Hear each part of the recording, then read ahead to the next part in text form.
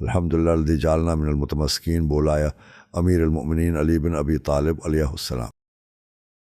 والصلاة والسلام علی سید الانبیاء والمرسلین خاتم النبیین محمد المصطفی و علی اعلی الطیبین الطاہرین المعصومین المظلومین، لا سیما بقیت اللہ فی الارضین، حج ابن الحسن روحی و ارواح العالمین، لتراب مقدمہ الفدا، امام زمانہ اجل اللہ تعالی فرجہ الشریف۔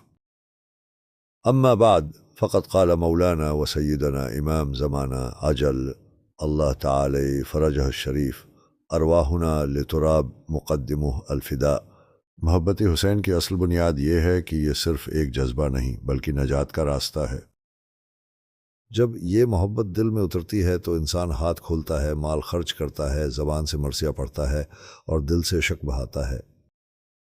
یہی محبت جب عمل سے جڑتی ہے تو عزاداری کہلاتی ہے، اور یہی عزاداری اللہ کی بارگاہ میں مقبول ترین عبادات میں سے ہے۔ ایک درہم اگر خلوص نیت سے خرچ ہو تو اللہ 70 گنا زیادہ لوٹاتا ہے۔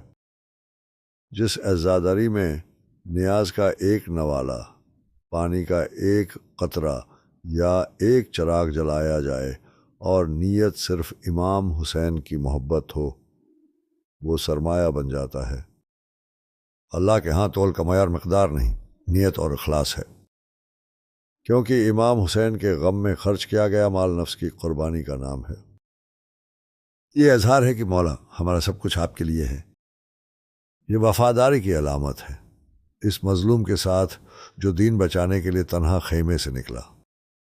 امام مہدی اجل اللہ تعالی فرجہ شریف فرماتے ہیں، میں ہر اس مجلس میں موجود ہوتا ہوں جہاں میرے جد حسین کا ذکر ہوتا ہے۔